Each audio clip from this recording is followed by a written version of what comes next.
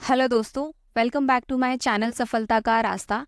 आज हम डिस्कस करेंगे हर्षद मेहता स्कैम के बारे में। Let's begin.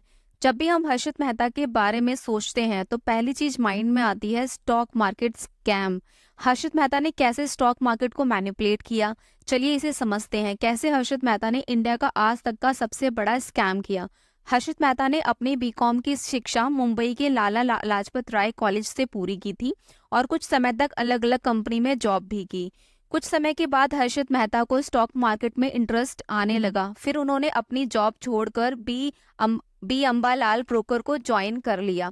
बाद में वो stock broker JS Shah and Nandlal सेठ का स्टॉक ब्रोकर बने। 1984 में हर्षद मेहता ने अपने भाई के साथ मिलकर grow more research and asset management company को स्टार्ट किया और BSE का ब्रोकर बनकर अपनी ब्रोकिंग कंपनी का बिजनेस को स्टार्ट कर लिया। हर्षद मेहता ने अपने इस स्कैम में रेडी फॉरवर्ड डील का यूज किया।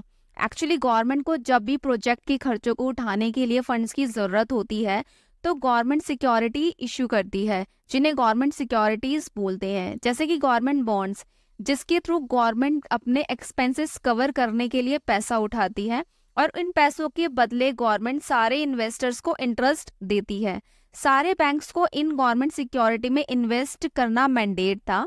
जब किसी बैंक्स को पैसों की जरूरत पड़ती तो बैंक अपनी गवर्नमेंट सिक्योरिटी दूसरे बैंक को सेल कर देती और दूसरे बैंक से शॉर्ट टर्म के लिए लोन ले लेती और कुछ दिनों बाद तय किए हुए इंटरेस्ट के साथ पैसा वापस करके अपने गवर्नमेंट सिक्योरिटीज को वापस ले लेती थी। सिंपल टर्म्स में बातें करें तो यह इस तरह है, जब आपको पैसे की जरूरत होती है तो आप अपने ज्वेलर के पास जाकर अपनी ज्वेलरी गिरवी रखते हैं और उसके बदले पैसे लेते हैं, और जब आपके पास पैसे आ जाते हैं तो आप इंटरेस्ट और पैसे वापस करके अपनी ज्वेलरी वापस ले लेते हैं।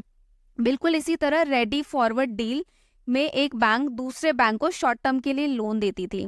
बैंक के लिए रेडी फॉरवर्ड डील एक शॉर्ट टर्म लोन इंस्ट्रूमेंट की तरह था, जिसका use bank short term loan के लिए करती थी।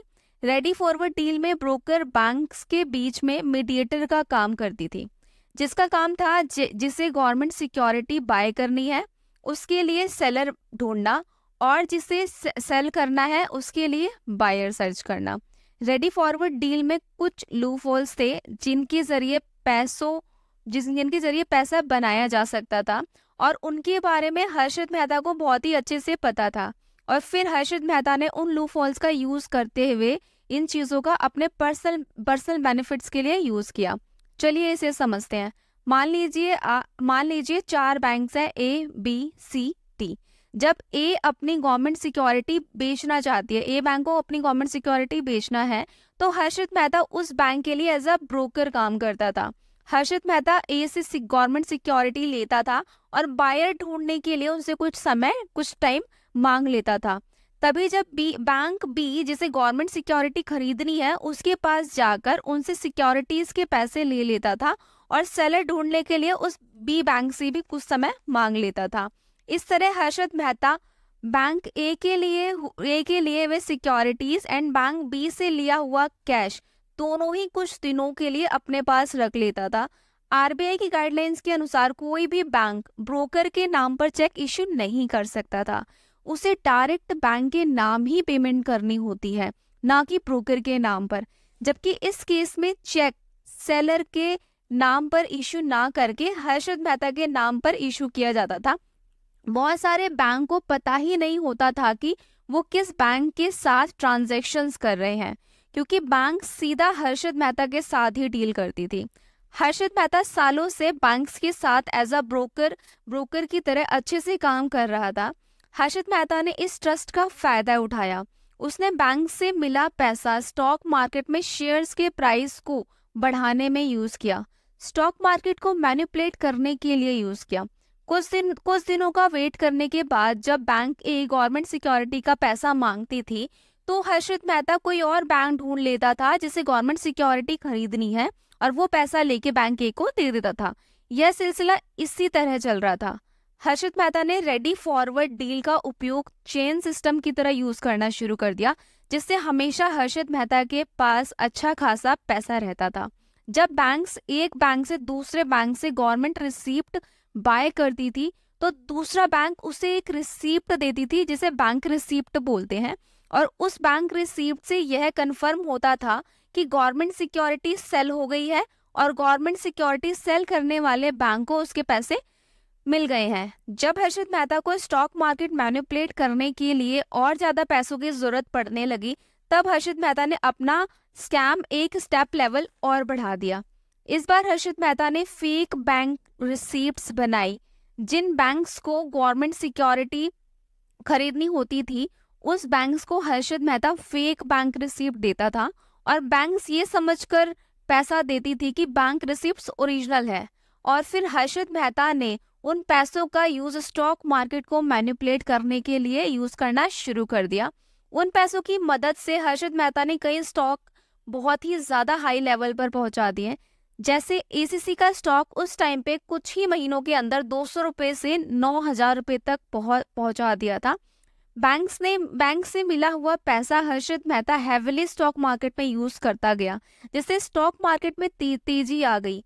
तेजी का माहौल देखकर लोग भी स्टॉक मार्केट में इन्वेस्ट करने लगे, और तेजी का माहौल और भी बढ़ गया और स्टॉक मार्केट के स्टॉक्स के प्राइस बढ़ने लगे। स्टॉक मार्केट जब अच्छा खासा बढ़ जाता था तो हर्षित मेहता अपना स्टॉक सेल कर देता था और उससे अच्छा खासा प्रॉफिट हो जाता था, और बैंक्स को उनके पैसे रिटर्न करके फेक बैंक रिसिप्ट वापस ले लेता था। यह सिलसिला लगातार चल रहा था।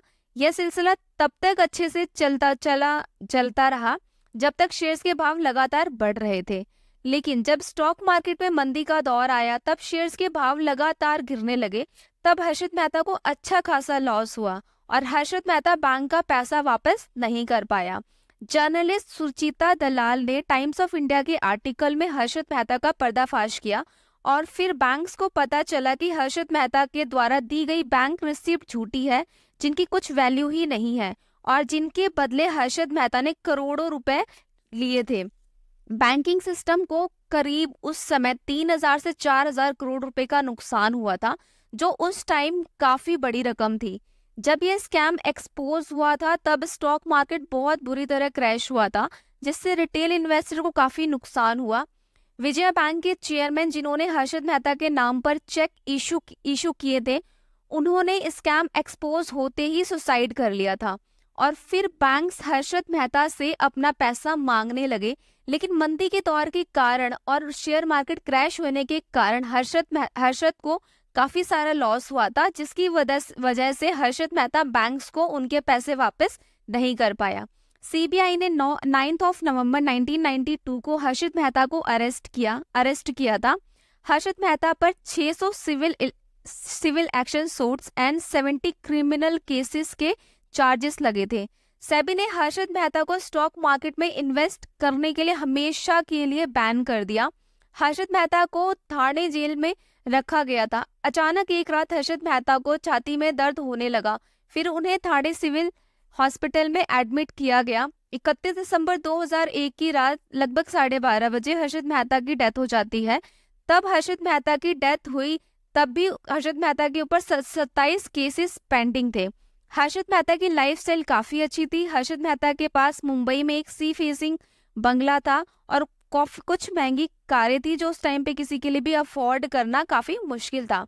हर्षित मेहता उस टाइम पर बिगेस्ट इंडिविजुअल टैक्स पेयर था। करीबन 26 करोड़ का सालाना टैक्स, एडवांस टैक्स हर्षित मेहता पे करता था। हर्षित मेहता को लोग बिग बुल के नाम से भी जानते थे, क्योंकि कहा जाता है 1991 की बुल रन की शुरुआत उन्हीं ने करी थी। अगर आपको ये वीडियो अच्छी लगी हो तो आप मेरी वीडियो को लाइक कर सकते हैं। अगर आप चैनल पर पहली बार आए और अभी तक आपने मेरा चैनल सब्सक्राइब नहीं किया तो ऐसी मोर अपडेट के लिए आप मेरा चैनल सब्सक्राइब कर दीजिए। एंड मैं थैंक्स फॉर वॉचिंग।